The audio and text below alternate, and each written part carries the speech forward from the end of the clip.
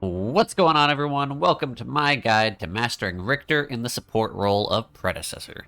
I'll cover every ability in his kit, every combo you need to know, and every detail of his playstyle. If you want to jump to any particular part of the video, check the description for timestamps. I hope this helps. Riktor the Electrocutioner is a tanky support with great shutdown potential. Pull your opponents out of position and silence them so they can't escape. You can help your team secure so many kills with this hero and keep them alive by canceling the channeled abilities of your opponents.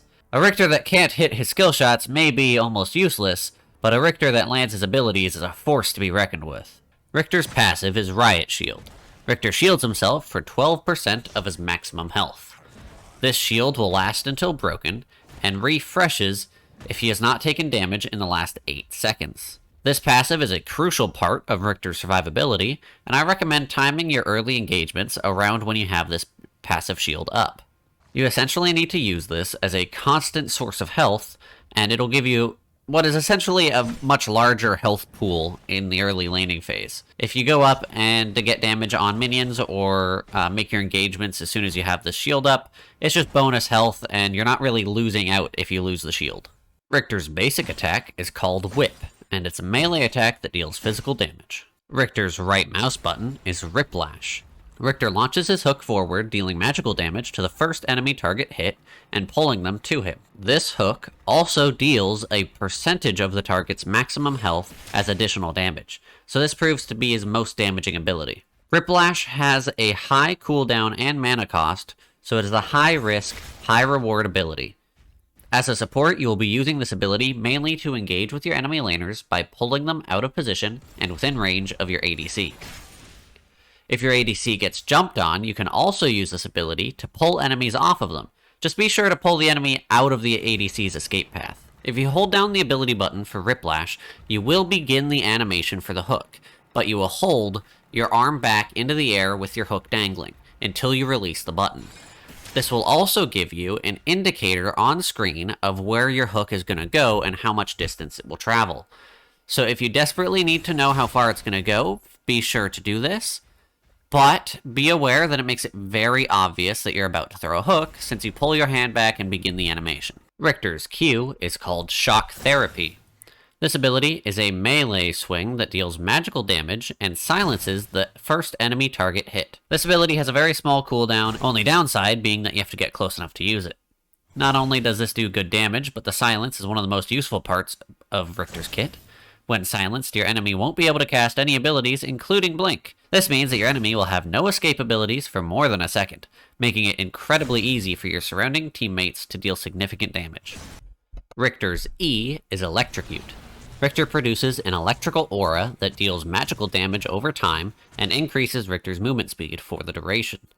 There isn't much to be said about this ability, it's just a simple damage over time. Most people often forget about the movement speed increase, but it allows Riktor to make really fast rotations and play more of a roaming support playstyle if you choose. Riktor's R is Skewer.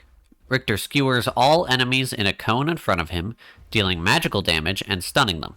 After the stun, Riktor rips out the skewers, dealing the initial magical damage for a second time. Hitting an enemy hero with Skewer also refreshes his Riot Shield passive. This is a great AoE stun with decent damage. The stun is the most important part of the ability as it opens up your team for landing their heavy-hitting AoE abilities on a group of enemies without much risk of missing. Riktor's best combo is his Whiplash Shock Therapy combo. This pulls your target in and then silences them so they can't escape. I also recommend using your Electrocute either before or after this combo. If you need the movement speed to get close enough to land your hook, use Electrocute prior to the combo.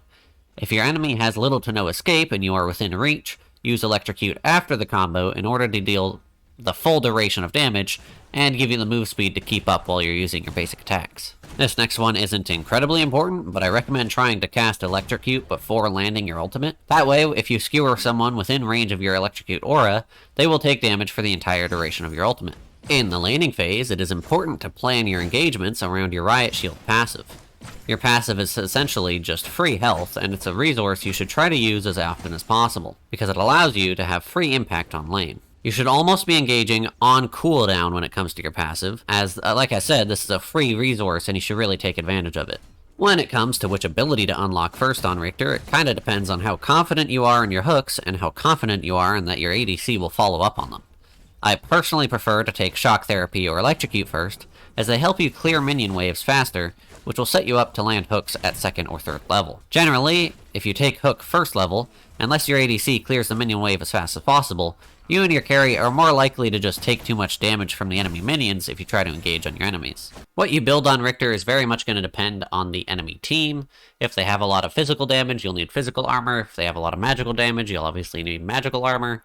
Otherwise, aura damaging items and some magical damage don't hurt. Additional mana is always great. So, things like Hexbound Bracers, Flux Matrix, Galaxy Greaves, Vanguardian, Frostguard, those are all kind of like the main recommended ones.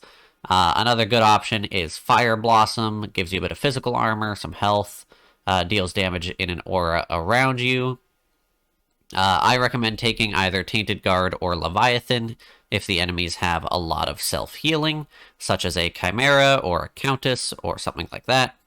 Leviathan is going to be your magical armor version, whereas your Tainted Guard is going to be more of your physical armor version. But Leviathan will also give you additional damage mitigation, which is great. So not only will you get the magical armor, but you'll also get 5% damage mitigation, doubled versus targets who are affected by Blight, which will happen anytime they deal damage to you, so that's really, really good. Both of these will just restrict the healing from anyone who attacks you. Otherwise, general frontline items are great. A lot of the support items are great. Generally, I stick with the Vanguardian, Hexbound Bracers, or Galaxy Greaves. Those are kind of the best ones for you. And then, like I said, the frontline items. You are very much going to be a frontliner, so just keep that in mind. It is also important to note that with the recommended line that the game gives you, it doesn't give you a lot of health very early on. So it starts off with recommending Hexbound Bracers, which gives you armor, which is great. Second one is Flux Matrix, gives you a little bit of health and some additional magical armor. And then Galaxy Greaves, again, doesn't give you any health. So it'll give you a ton of armor, but you might want to flex if you're thinking you need more health. And if you don't need certain types of, like, for example, if you don't need magical armor, probably not necessary to take Flux Matrix. So again, fully dependent on what your enemies are doing. Alright, and that's going to do it for our Riktor guide today. If you liked it, hit that like button down below. If you have any requests in the comment section, feel free to leave those down there. If you have any more questions about Riktor, hopefully I can answer them. There's certainly things I haven't thought about yet. So just let me know, and if you have any other tips, leave them down there so that my viewers can just take a look and find more tips down in the comments. Without further ado, I hope you liked the video, and have a great rest of your day, evening, morning, afternoon, and night. Bye-bye!